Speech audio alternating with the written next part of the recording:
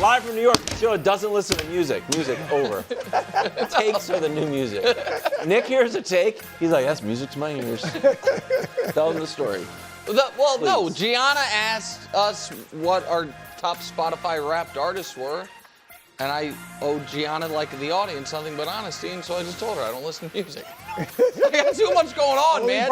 Just at home cooking, just listening to takes. That is what I'm doing. Christmas morning, they're opening presents. He's hearing something about Brock Purdy. Oh. Kids are like, getting ready for the game. Down, first hour, first things first. Starting with the Cowboys in Detroit tonight. Dallas riding a 3-game win streak. Recent wins over both Super Bowl contestants.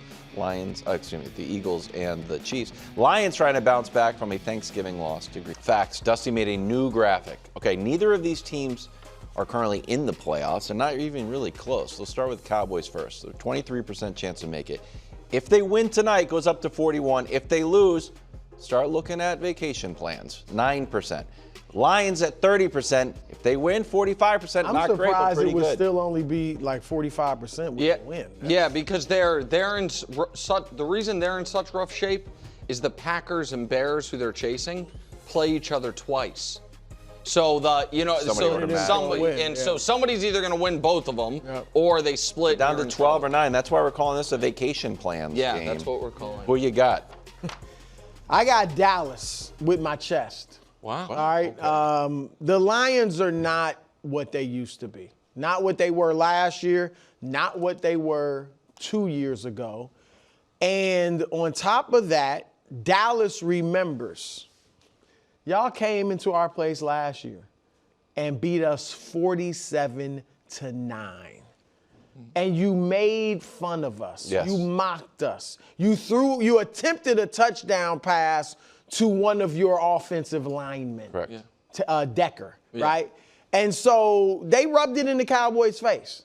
And now turnabout is fair play. The Cowboys are playing really good football. The Lions, I know you're going to say, well, they haven't lost 2 straight games in 56 games, 3.5 years. Yeah, but they've lost 3 of 5. Yeah. What's really the difference? Well, the 2 teams they beat, Washington with Marcus Mariota at quarterback, the Giants in overtime, a heck of a game, with Jameis Winston, with all due respect to Jameis, still backup quarterback. That's who they've beaten. So they're not playing well, and they're banged up. All right, we all know about Sam Laporta, but their backup tight end is out too. Amon-Ra St. Brown is questionable. Terry and Arnold's out, which is how they going to guard George Pickens and CeeDee Lamb with Arnold out.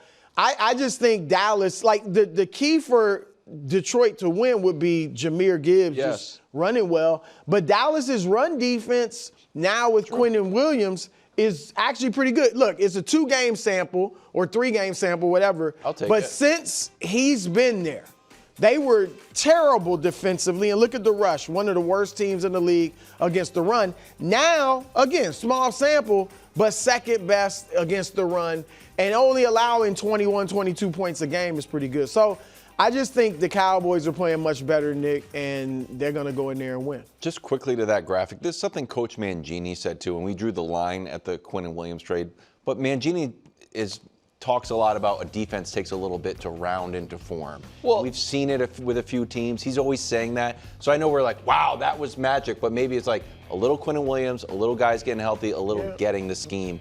All contributes. I think that second part is as big as the first or the third. I think the Cowboys, they got a lot of guys back from injury. Overshawn has been really good. He's not the only guy they got back. They also brought in that linebacker from Cincinnati who couldn't play for Cincinnati, Logan Wilson. But he seems to be fitting in. Mm-hmm. Then and Quinnen Williams is a legit difference maker. Like, one can object to the trade like I did and still do, but still recognize he's a difference maker.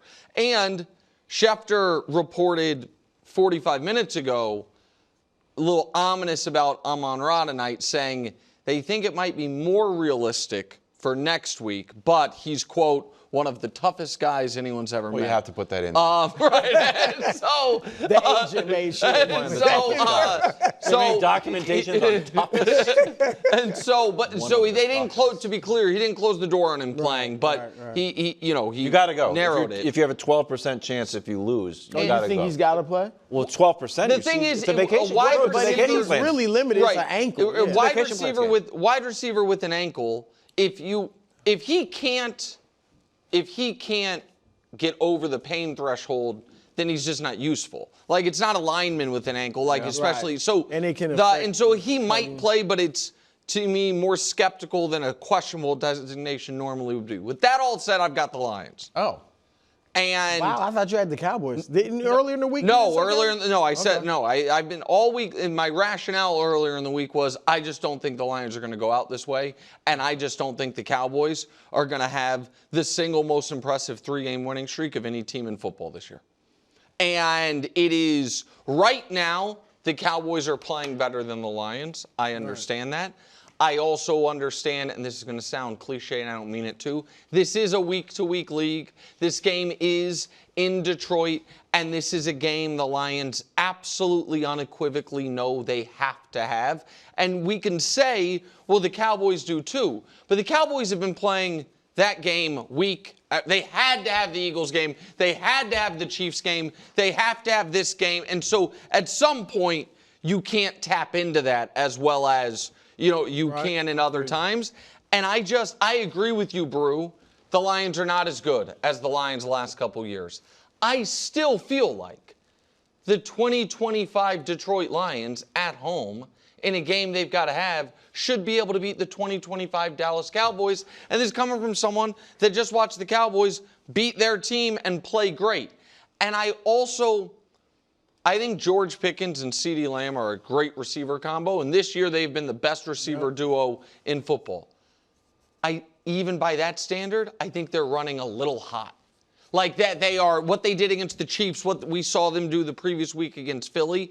They are due for a quieter, not quiet, but quieter game.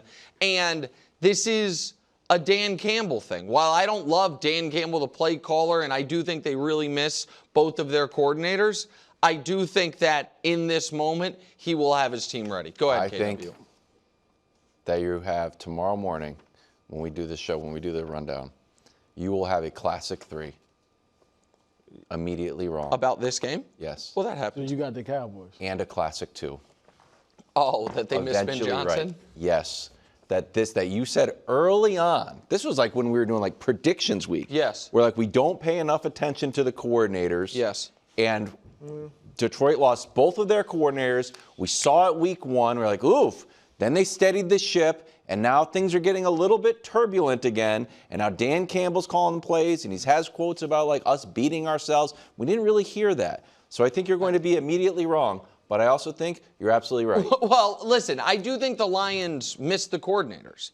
But there's a difference between missing the coordinators so much you go from 15-2 to 10-7 and barely out of the playoffs, and going from 15-2 to 8-9 and eliminated by the first week of December. Like, this would be, we've had a bunch of great teams from last year that could be essentially done for the year this weekend. Baltimore not done, but you would lose all hope that they're going to rally to be really good. But 6-7, the Chiefs are in that spot. The Lions are in that spot. Like, I think what we're going to find out, because I think if the Cowboys play well, they'll win. Like if they continue to play as they have been, you might say obviously. Yeah. But we're going to find out what they're made of, because in the past, and I've chastised them for this, I don't think they've played well with expectations. Playoffs, obviously, there's expectations. When they got rolled by Green Bay a couple years ago, that was ridiculous, but expectations were high. A few weeks ago, there are no expectations of the Cowboys, right? Even when they beat the Chiefs, it weren't, a lot of people didn't expect them to do that. Yeah. So now, though, it's like, they're legitimately back in the playoff hunt.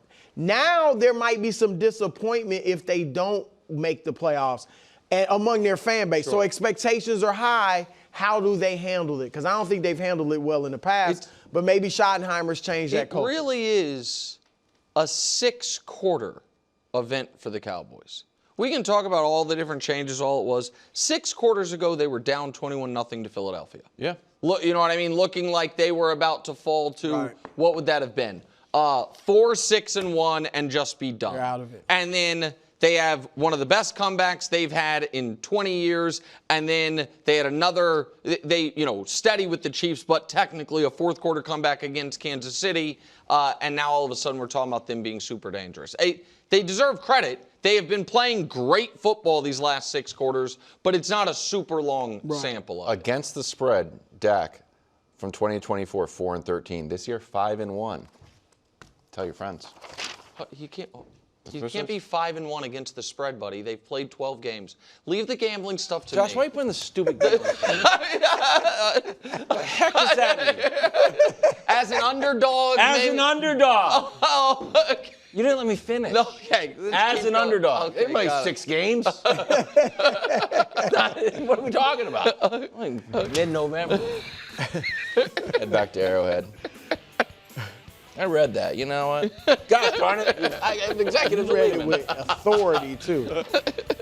Head back to Arrowhead. Texans are riding a 4-game win streak. Chiefs are looking to capitalize on Mahomes' latest 4-touchdown game. Last 4 games, Texans defense has flummoxed some great quarterbacks. The Prince, Cam Ward, Josh Allen got sacked most of his career. One great quarterback. What? That was how nice of you. Trevor? No. Oh, Josh. Oh, okay. Daniel Jones. Does anybody on here disagree with me? One great quarterback. I'm trying to be. Well, these are 30 of the best quarterbacks in the entire and world. great pedigree. 2 Okay. number 1 picks. Really? Well, That's if where you're the we're going 30th now? best Everybody's surgeon, you'd be great. like, wow, one of the best. The Chiefs need another monster Mahomes game to win. No. And they better not be relying on it. That is not on the board this weekend. I shouldn't say that. That's disrespectful on the to board. Patrick. That is not the plan should not be press the Mahomes button a bunch of times. Not when Thursday's practice report is out. We are still without our starting right guard and our starting right tackle, and the starting left tackle just got put on IR. So if you are going to be without 3/5 of your starting offensive line, and one of the 2 guys who is still there is your replacement left guard, the guy who stepped in who's done a good job, Kingsley, but the guy who wasn't even Tooney's position from last year. So it's as far as your ardent offensive line, it's just Creed Humphrey. That's been there year over year, the center. The plan cannot be drop Patrick back 40 times and have him make magic. It simply can't be. He'll get hurt. He doesn't you cannot ask him to throw your way out of this. What the Chiefs need in this game is for the Kansas City Chiefs defense to look anything like the Kansas City Chiefs defense has looked the previous 3 years to this one against an offense that for a year and a half now has been middling at best. And ask Patrick to do 3 or 4 awesome things in high leverage moments. But I would feel differently if I felt he was going to have time. Sure. If that offensive line injury report does not change, it to me would be foolish if the game plan is pass heavy. It's got to, even if they are unproductive runs, it's got to be a lot of running the football and a lot of quick stuff. But they have not only a great pass rush, a great secondary. So that quick stuff is going to be hard to come by as well. This has to be a Chiefs defense game at Arrowhead, loud at night, cold weather. That's what it's got to be. Yeah, I do tend to agree. Look, a monster game doesn't have to happen. He had a monster game last week, and they lost to Dallas. Yeah. All right. They are not synonymous. He doesn't have to do that for them to win. And I agree with Nick, because he doesn't need a monster game because Houston's offense is not going to have a monster game. Even if the Chiefs' defense isn't bad, Houston's just not a good offense. Correct. They average 21 points a game. C.J. Stroud has not been the same guy since he was as a rookie for now a year and a half. His first couple games his second year until the lecture that led to the losing. I mean, it's just. I don't know. I don't want to say there's truth to that, but that did seem to be a turning point. But whatever the case, The defense for the Chiefs has to carry the day. Now, Mahomes just has to be good. No, not a lot of turnovers, if any. Make a few big plays. I think they're going to have to try the quick passing game, Nick, because I don't think they're going to be able to run that well against them. You know, the running game surprisingly has been good the last couple of weeks, but I don't think they're going to be able to run that well against Houston. And to your point, with 3 offensive linemen out, potentially. We know Josh Simmons is out. Houston has the second best pass rush in the league. They're the only team with 2 guys with 10 or more sacks. You can't double team just one guy. Yeah, I mean, they are going, and they played the Chiefs tough last year in the playoffs, even though they lost. That was, you know, they gave them a little bit of a game, more than people expected. This is really, to me, you said it, and it just feels the Texans should win this game, especially if those 2 linemen are out in addition to Simmons. If C.J. Stroud just has to have a pulse. Even if the Chiefs' defense is good, I mean, you're not going to hold them to 7 points. If C.J. Stroud can produce 24 points, they should be able to win. 20, yeah, maybe less. Maybe less for sure. So I just think Mahomes has to be solid for them to have a chance. I wasn't ready to talk about the Chiefs losing yet. Well, listen, I wasn't mentally there. Although now I think I'm like, ooh, the way. So when you look at the injuries, that's the if they had their full offensive line, I would feel very different. Listen, we saw this Texans defense is not markedly better than the Texans defense at the end of last season when they got to the playoffs, won a playoff game with a mediocre offense there. The Chiefs last year played them in December and beat them soundly and played them in the playoffs. And you're right, Brou, it was consistently like somewhere from a 6 to 10 point game. The Chiefs had control of the game, but it was and what gives you maybe a little more optimism there is that Chiefs team didn't have the receiving core this one does, and that Chiefs offensive line was not, great last year either. So they have had good success against this Texans team. But if you were to ask me what is my last pick of every NFL team available to play in a game where you're down 3 offensive linemen, my last pick would be them. Yeah. I know they don't lead the league in sacks. To me, they are the scariest defense in the NFL. So it's going to take I would change monster to brilliant Mahomes game. Like very situationally great, knowing when to run, knowing when to try to fit it into a tight window. And this is a game for Andy Reid to remind everyone he's still Andy Reid. Like those things, because they are at a major disadvantage on the line of scrimmage when they have the ball. It feels like a combo of the Broncos game and the Eagles Super Bowl to me. Feels like that's what. Oh, well, they don't have that. They can't put up those points like the Eagles did. That's true. What were you about to say, Bruce? I was going to say, you said monster game to brilliant game. I wrote down not a monster game, but a heroic game. Sure. Similar to you situationally, but just a few huge plays. Look, Wildes, look what I wrote. We can read yours, though. This is, I can barely read my own. I put monumental. Okay, good. Finally, Steelers-Ravens. Sunday afternoon, Marlon Humphrey met with the media after practice and said, Ravens, must win? We thought you were going to like that. And then Jamison Hensley tweeted this, which I don't think you like. Lamar not practicing today. Limited Wednesday with an ankle. This marks the 4th straight week where Jackson has missed at least one practice. Tyler Huntley, of course, would start Sunday against the Steelers if Jackson is unable to play. I don't know what to do now, Brou. I feel like you're thrown for a loop. Well, I think Lamar will play.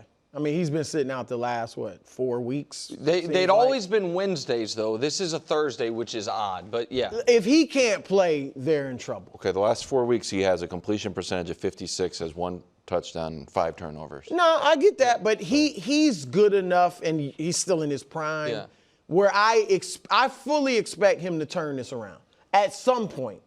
Whether it's this week, next week, whatever.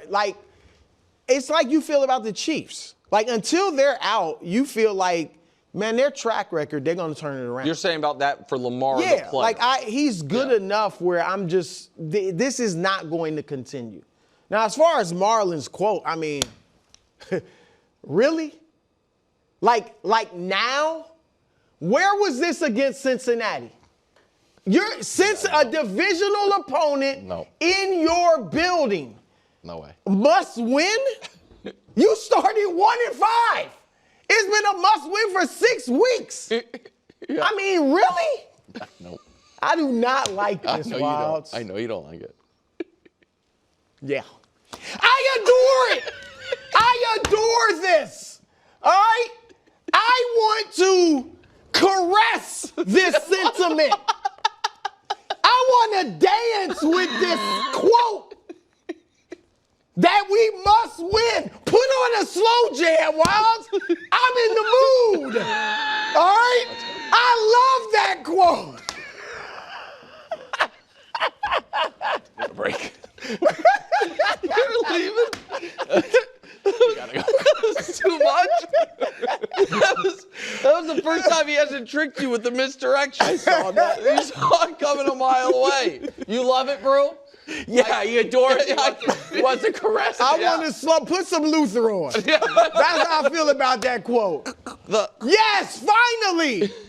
Where has this been? Now, if Tyler Huntley's the quarterback, they beat the Bears with Tyler Huntley. Can I say something weird? I don't know if we're joking around. I'm not going to be that confident if Lamar doesn't play. But if he plays, I love it. I understand the idea of course, Lamar is an all-time great. He is going to turn it around. He's hurt. There's every flashing red light says, I'm hurt. Watch the game. I do not look like myself. And Nick has kind of made this point. It's something in his legs, the ankle, the whatever it is, the knee, lower extremities. He still should be able to throw the football. And if I'm John Harbaugh, you know what? If I know he can't really move like usual, lean into the run. I don't know. You got the best running back of this generation, and Keaton Mitchell's okay too. He had an 18-yard touchdown run against the Bengals. Like, lean into the run and pass just when you need to. Yeah, there's the Lamar being banged up cannot be an excuse for this level of play. And I think Brou agrees with me on that. Like, it can be. I mean, he's moving okay. It can be an explanation for your play dipping. It cannot be an excuse for your play cratering. Just can't be. Like, that's not unless he shouldn't be playing. But I guess here would be my point. We've all watched this month of football where he has played poorly. He has not, to me, looked like a player. It's like, my God. Right. Why is he out there? Yeah, exactly. Like, he's but not the numbers are telling you that. Right. So is it, and I guess what I'm saying is it not possible that he's just playing poorly? That he's a banged up player that is playing poorly? I would say this, again, analogyville to Professor Brou. You have an A-plus student. A-plus. You've had 4 tests in a row. He's getting C-minuses. No, but step up. What's wrong with you? You get 4 tests in a row, he's getting Fs. Hey, what's going on? Like, these are Fs. This isn't like a C-minus. Like, there's something else. That's the analogy I would make. I think that. Go ahead. No, that's a good one. But then if Harbaugh, Lamar, if he's that bad, then you can't play him. And he just looks like he's able to play. And so I know, he's moving fine. I think that is a legitimately great analogy. Tough analogy to combat. But I think you're right. But I also, and sometimes to take your analogy a step further, sometimes the answer is, my parents are getting divorced. Yeah, whatever. And sometimes the answer is, I haven't been studying quite as much as I normally do because I'm distracted, and I've been sick. And it's like, oh, okay. Well, sorry that you're not feeling well, but make sure you're putting in the and I'm not saying Lamar's not working as hard as he normally does, but just for the analogy, like that, the circumstances should have dropped me to a C-minus. The circumstances plus my own lack of execution dropped me to an F. So it could be either of them. I do think, Wildes, I think whatever the injuries are and how they've limited him, I do think it's sapped him of some of his confidence. That's 100%. That might be the main thing. Yes. That's he really just doesn't have the interesting. confidence. Giannis goes down with a non-contact injury. Looks scary, but Sham says just a calf strain, 2 to 4 weeks. Brou, the Bucks are in 10th place. They're 10-13. Reporting is You'll love this. Giannis and his agent are, quote, having conversations about his future. Just conversations, okay? That's according to Shams. Should Giannis just straight up ask for a trade? Yes. Absolutely. Giannis, ask for a trade. This is getting ridiculous. I read it said the Bucks and Giannis are discussing whether Milwaukee is the best place for him. Is there any question? They're 10-13. They are in the 10th spot in the JV conference. The JV conference where the two best teams are without each of their best players. You know, Boston with Tatum, Halliburton in Indiana, and you're still 10th. Like, they have brought in Miles Turner. They have brought in Damian Lillard. They have brought in Doc Rivers, Kyle Kuzma, if you like, and nothing is working. Milwaukee is a sinking ship with Giannis. All right, this is the difference, Nick. And he's obviously, his legacy is going to be fantastic. Even if he stays in Milwaukee, never wins again. But even if he leaves, he could get a statue there. Oh, absolutely. Look, he's been there. This is his 13th year. Kareem was there 6 years, and he wasn't viewed as the bad guy. He gave him a championship and then went to Lakers. And Kareem was on a team that was competitive for championships. They won one, and then they stayed competitive. Giannis been there twice as long, gave him a ring, got a ring. Yeah. If he, Nick, the difference for Giannis is if he stays in Milwaukee and plays great but doesn't win again, and I say this respectfully, it's kind of, to me, going to be the difference in his legacy. He'll be he's probably better than these guys, but still in this tier of Kevin Garnett, Dirk Nowitzki, that kind of tier. You won a ring, you were an all-time great, all that. If he goes somewhere else and can win championships, I don't think he necessarily break into the top 10, but he gets in the top 10 conversation. Kind of on the periphery of the top, you know what I mean? He and Jokic had identical tracks. And even though Jokic still only has one ring, Jokic is consistently playing in these big games, and we look at him as championship caliber, and Jokic's standing keeps rising. Giannis, before he got hurt, what was he averaging? 34, 11, and 6, something insane? Didn't matter. Listen, I agree with a lot of that, and I will take it one step further before we get to these potential trades. I think it's very good chance, and I hate that it happened this way, that last night was just his last game as a Buck. Because he's going to be out a month. Like, he's just going to be out a month. He should, because that's what Tyrese Halliburton's correct. Was. And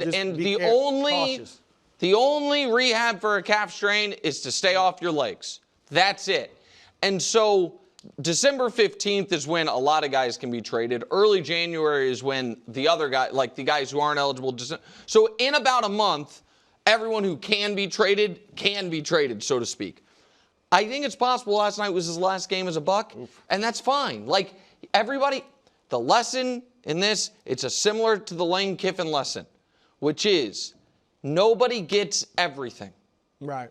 And Giannis right now, I think, is balancing, I want to compete for titles, and I don't want Milwaukee to be mad at me. That's all it is. It's just he doesn't want to be the bad guy. And listen, most of Milwaukee will understand. Yes. Some idiot on Twitter will burn a jersey to get views. Who cares?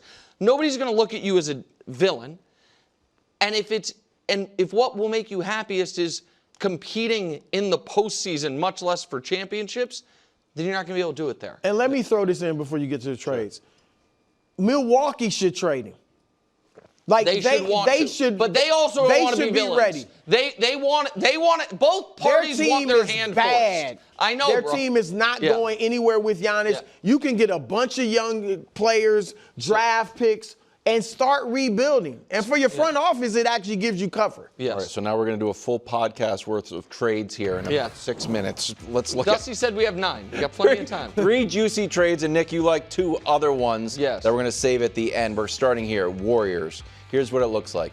Warriors get Giannis Antetokounmpo The Bucks get Draymond, Kuminga, Buddy Hield, and 4 first-round picks. And these are all courtesy of ESPN NBA Insight. And they have been stamped by Bobby Marks to say the CBA stuff works. Excellent. So we appreciate that, All right, Bobby. like it, love it, hate it. Go ahead, Brou. I mean, look, if you could get Giannis in Golden State, I trade Draymond, Kuminga, all that. I have a team I'd like to see him go to, or maybe 2 ahead of the. Look, I'd love this because it'd be great. It would be. If I'm Milwaukee, you're not getting a full star. As much as I like Kuminga, the draft picks won't be very high. It's an awful trade for Milwaukee. So yeah, I can get 4 more. first-round picks. Just because they're so deep. They're going to so be bad lower picks. first-round picks. And they don't. And Milwaukee, remember, doesn't have control of their own picks. So them falling apart. They need to stay competitive. Them falling apart has no benefit for them. Right. Yeah. And so, listen, the 2032 Warriors pick that's in there, because it's 26, 28, 30, and 32, yeah, that sounds really good. And that could be a really good pick. Steph will be long retired. Who knows what's going on with Giannis then? But that's 2032. So if that, to me, is an awful trade for the Bucks, a great trade for the Warriors. I don't think it's realistic. I love it. Next up, the city's so nice they named it twice. Controversial one around the office. Giannis and Jericho Sims. Cat goes to Milwaukee, and they get 1 first and 3 swaps. And by the way, they don't get a first. How are they getting? So here's the deal. That first is the Wizards' first this year. Oh. That's protected. No. For the top 10. Ooh. The Wizards right now are in their typical spot of dead last. So that would be trading Giannis for Towns and getting 0 additional draft picks.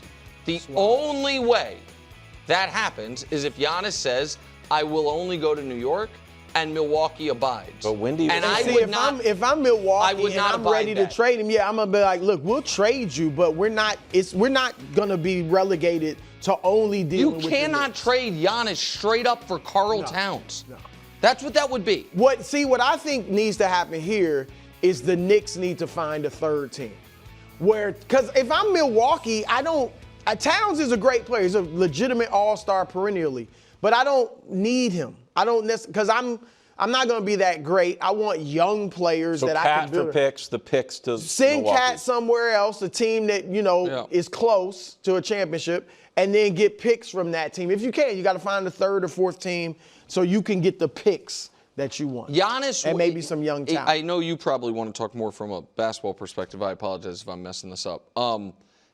If that trade were to happen, the Knicks would be the overwhelming favorites in the East. Absolutely. If you swapped out Giannis and Cat for Giannis, and you could win the title. They now become a championship contender. You could beat, because I'm keeping OG Anunoby and Brunson, and Josh Hart, obviously Brunson, but Bridges, I mean that's a great. Because Cat, as great as he is a defensive problem, and along with Brunson, so their 2 best players are defensive liabilities. Now you got Giannis. Oh my gosh. Yeah. I bet that one happens. But really?